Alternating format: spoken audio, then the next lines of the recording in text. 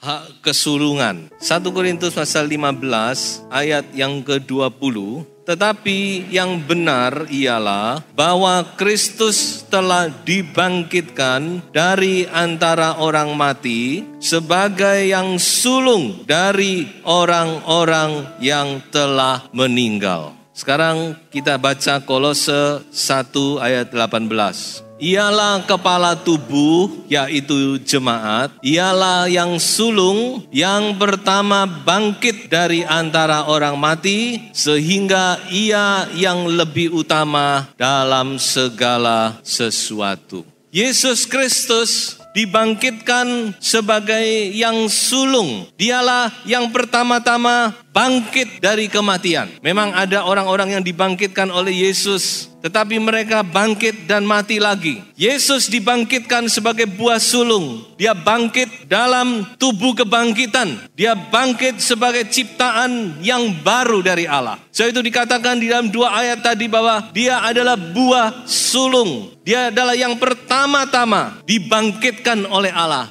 menjadi buah sulung bagi Bapa. Di dalam Alkitab, sulung itu punya pengertian yang utama. Kalau saudara membaca di dalam Alkitab, dalam Perjanjian Lama teristimewa, maka saudara melihat bahwa Tuhan itu adalah Tuhan yang selalu ingin yang sulung. Karena yang sulung itu identik dengan yang paling baik, paling utama. So itu Tuhan selalu bicara kepada bangsa Israel, yang sulung itu milikku. Apakah itu manusia, apa itu hewan, apa itu hasil bumi. Pokok yang sulung itu miliknya Tuhan. Tidak boleh diganggu gugat. Itulah sebabnya maka Yesus, karena dia yang terbaik, yang paling mulia, maka dia adalah yang sulung bagi Allah. Kita harus mengerti bahwa gereja Tuhan, di pemandangan Tuhan juga adalah yang sulung. Coba saya ajak saudara membaca di dalam Ibrani pasal 12 ayat yang ke-23. Tetapi kamu sudah datang ke Bukit Sion, ke kota Allah yang hidup, Yerusalem sorgawi, dan kepada beribu-ribu malaikat, suatu kumpulan yang meriah, dan kepada jemaat anak-anak sulung yang namanya terdaftar di sorga. Jadi ayat ini berkata bahwa kita ini dimasukkan dalam satu kumpulan yang dinamakan jemaat anak-anak sulung. Gereja disebut jemaat anak-anak sulung. Kok bisa? Mengapa dikatakan jemaat anak-anak sulung? Saya mau ajak saudara sedikit melihat kepada kejadian di dalam Keluaran pasal 12. Waktu bangsa Israel ditebus keluar dari Mesir. Pada malam itu, waktu malaikat maut berjalan di tengah-tengah Mesir, maka ada yang selamat, ada yang mengalami kematian. Yang mengalami kematian siapa saudara-saudara? Anak-anak sulung bangsa Mesir, betul? Bukan semua bangsa Mesir, tapi anak-anak sulung mulai dari manusia sehingga hewan. Pokok yang sulung itu diambil nyawanya oleh malaikat maut. Bayangkan saudara. Betapa ngeri malam itu. Tapi ada yang selamat. Yang selamat siapa? Anak-anak sulung bangsa Israel. Mengapa mereka selamat? Karena ada darah anak domba di pintu-pintu rumah bangsa Israel.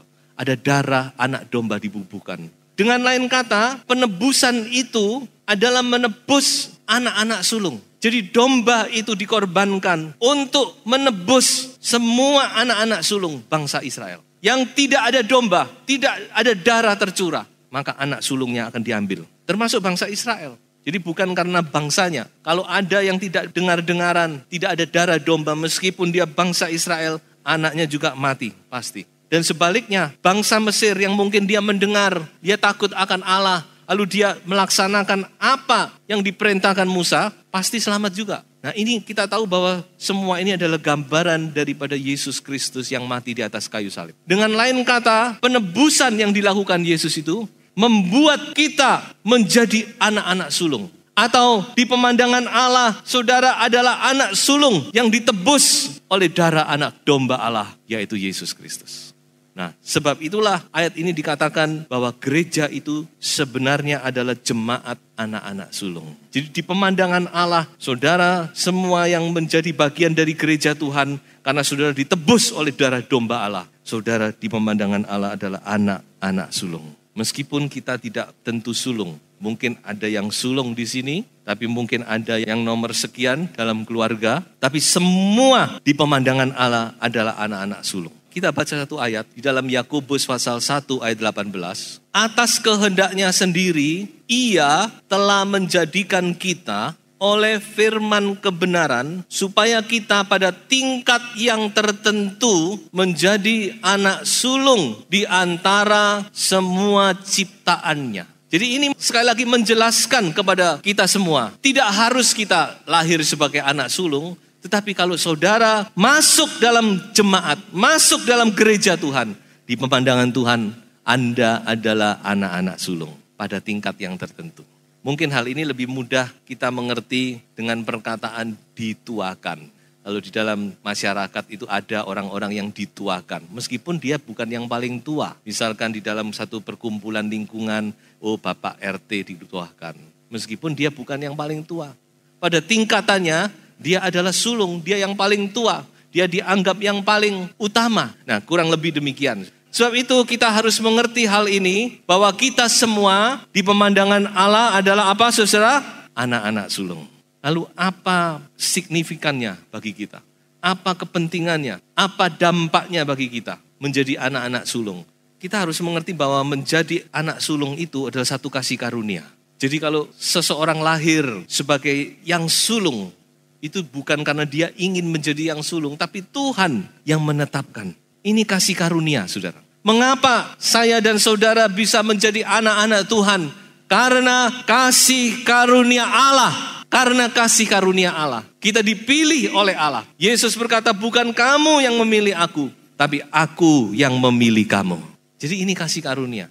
Lalu mengapa hal ini penting? Karena anak sulung itu punya satu hak yang tidak dimiliki oleh anak-anaknya yang lain, yang dinamakan hak kesulungan. Hanya anak sulung yang punya hak kesulungan. 12 anak Yakub, hanya yang pertama punya hak kesulungan. Berapapun juga jumlah anak itu, pokok yang sulung saja yang punya hak, namanya hak kesulungan. Nah, apa sebenarnya yang terkandung di dalam hak kesulungan? Jadi saudara dan saya, kita punya hak kesulungan karena kita adalah anak-anak sulung. Mari kita sekarang mengerti apa sebenarnya yang terkandung di dalam hak kesulungan ini. Yang pertama, hak kesulungan itu adalah hak untuk memimpin, hak untuk mengepalai, hak untuk memerintah. Itu yang pertama. Dalam masyarakat yang tradisional itu jelas sekali. Yang sulung itu pemimpin. Jadi saudara dan saya, kita ditakdirkan, saya memakai kata ditakdirkan, sebagai pemimpin atau kepala. Jadi orang bicara,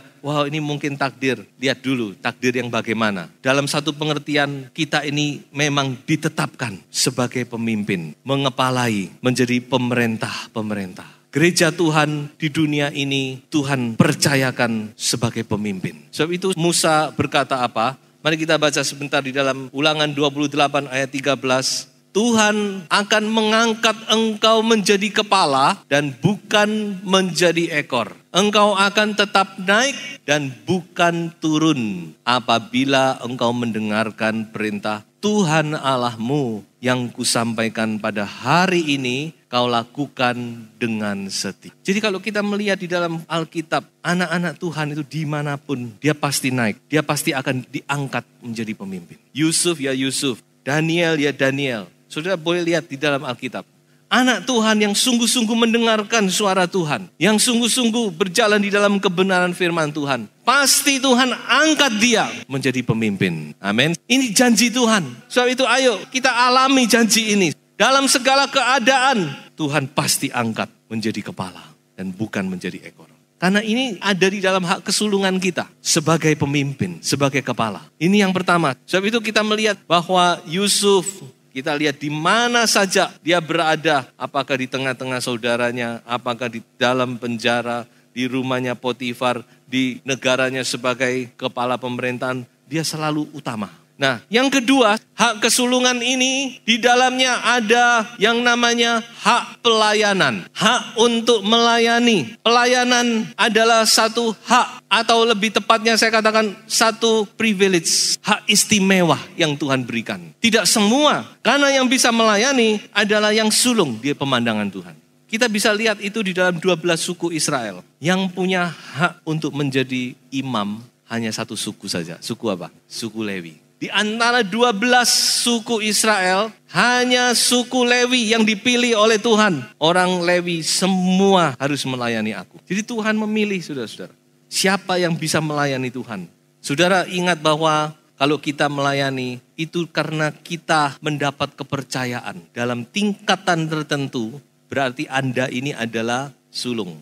Untuk itu saudara kita harus menghargai. Jadi saudara-saudara kita harus benar-benar mengerti hal ini. Bahwa hak itu, prioritas itu sangat berharga. Harus kita hargai. Suami dalam rumah tangga, dia dianggap yang sulung. Karena itu suami menjadi imam dalam rumah tangga. Karena dia adalah yang paling tua, dia pemimpin. Dia adalah yang sulung dalam keluarga itu. Di dalam 1 Petrus pasal 2 ayat 9, dikatakan bahwa gereja Tuhan itu adalah imamat yang rajani. Kita punya tugas sebagai imam. Kita punya tugas untuk melayani sesama anak-anak Tuhan. Tapi juga untuk melayani gereja. Untuk melayani dunia ini. Kita adalah imam-imam Allah. Nah, itu saudara-saudara yang kedua. Hak yang terkandung di dalam kesulungan. Yang ketiga, yaitu hak double porsi. Hak untuk menerima berkat 2 kali ganda. Jadi di dalam satu keluarga, apabila dia ada, katakan dia punya 2 anak, maka anak yang sulung, dia punya hak untuk menerima berkat atau warisan 2 kali lipat dari adiknya. Nah ini sangat penting. Jadi berkat 2 kali ganda, 2 kali lipat ini memang Tuhan yang tetapkan. Sebab itulah kita harus melihat kepada ini, saudara. Saudara tahu kenapa kok Yakub dia mati-matian berusaha mendapatkan hak kesulungan. Yakub dia berusaha bagaimana caranya supaya hak kesulungan itu pindah kepadanya. Dan itu tidak salah. Bayangkan anak kembar lahir paling selisih berapa detik. Tapi Esau lahir duluan. Karena Esau lahir duluan, Yakub lahir yang kedua, maka Esau yang punya hak kesulungan itu. Yakub pikir hak kesulungan ada di Esau. Kalau gitu aku besok terima berkat yang nomor 2. Dia akan terima berkat yang nomor 1. Oh aku gak mau. Jadi dia berusaha. Sebaliknya Esau, kita tahu dia menganggap rendah kesulungannya. Banyak orang percaya tidak mengerti akan prioritas, akan hak istimewa yang Tuhan berikan kepadanya. Sebagai jemaat anak-anak sulung, dia anggap rendah. Dia tukar dengan hanya semangkok bubur kacang merah. Bayangkan, berapa sih nikmatnya semangkok bubur kacang merah ini? Berapa lama bisa bertahan nikmat ini? Paling 1-2 menit udah habis. Lewat tenggorokan udah hilang rasanya. Tapi Esau dia pandang rendah. Waktu Yakub bilang, oke, kalau kamu mau makan bubur, jual hak kesulunganmu. Esau berkata apa? Dia gak nawar sudah. Gak apa-apa, kamu mau hak kesulungan ambil sana. Dia makan, minum, lalu pergi. Dia tidak tahu pada hari itu dia kehilangan sesuatu yang paling berharga dalam hidupnya. Yang tidak bisa dibeli dengan uang dan tidak akan pernah kembali lagi. Yaitu hak kesulungannya. Sebab itu firman Tuhan berkata apa? Waktu Esau minta-minta berkat dari ayahnya. No way, sudah terlambat. Berkat sudah diberikan kepada Yakub. Esau meskipun menangis dia berkata kepada ayahnya, tolong papa, apa enggak ada berkat yang lain? Masa berkatmu cuma itu saja? Ishak berkata, maaf, berkat sudah aku berikan kepada Yakub. Kita harus menyadari bahwa kita adalah pewaris-pewaris daripada berkat 2 kali ganda. Tuhan menjanjikan berkat 2 kali ganda. Dan ini menyakup jasmani juga rohani. Ya, sebab itu saya katakan bahwa kita gereja Tuhan adalah orang-orang yang diberkati oleh Tuhan. Itu sudah terkandung di dalam panggilan kita sebagai anak-anak sulung. Yang keempat, di dalam hak kesulungan ini ada satu janji Allah, yaitu kita akan mengalahkan iblis. Mari kita baca satu ayat di dalam Kejadian pasal 3 ayat 15. Waktu Adam dan Hawa jatuh di dalam dosa, maka Allah berkata, aku akan mengadakan permusuhan antara engkau dan perempuan ini, antara keturunanmu dan keturunannya. Keturunannya akan meremukkan kepalamu dan engkau akan meremukkan tumitnya. Siapa keturunan yang dimaksud di sini? Yang pertama, Kristus. Jelas itu. Jadi waktu Yesus Kristus disalib, dia mati. Itu dia seperti tumitnya digigit oleh ular.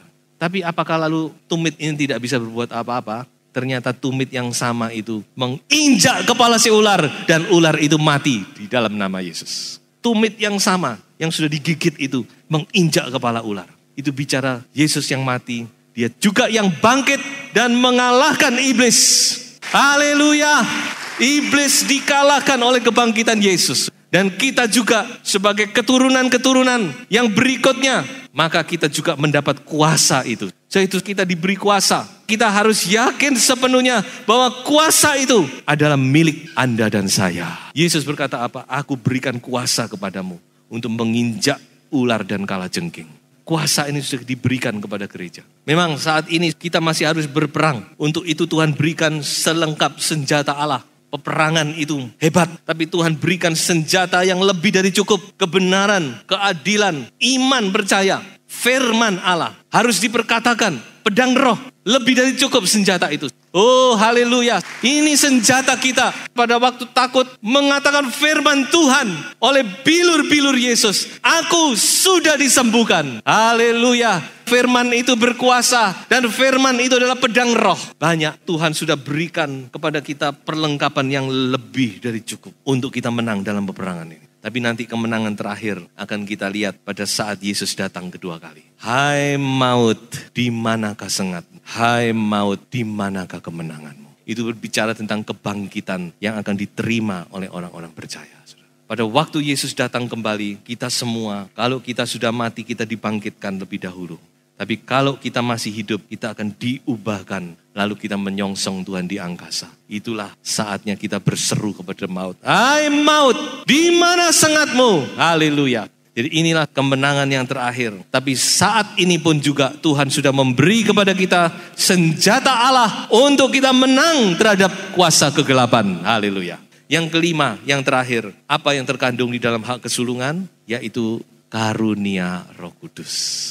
Di dalam perjanjian lama, hari raya Pentakosta itu diperingati sebagai yang namanya hari raya 7 minggu. Atau punya nama lain, hari raya buah bungaran. Buah bungaran itu artinya buah sulung. Jadi ini nama-nama daripada hari raya Pentakosta. Ini adalah salah satu dari 3 hari raya besar yang harus dirayakan oleh setiap orang laki-laki dari bangsa Israel. Pada hari raya itu mereka harus ke Yerusalem. Sebab itu Saudara bisa tahu pada waktu murid-murid dipenuhkan Roh Kudus di loteng Yerusalem, itu banyak orang Yahudi yang berkumpul di Yerusalem yang sedang merayakan hari raya Pentakosta versi Taurat. Dan ini semua digenapi pada waktu Roh Kudus dicurahkan di kamar loteng Yerusalem. 120 orang murid dipenuhkan dan mereka inilah buah bungarannya Tuhan. Mereka adalah yang sulung di antara yang lainnya. 120 murid dipenuhi dengan Roh Kudus.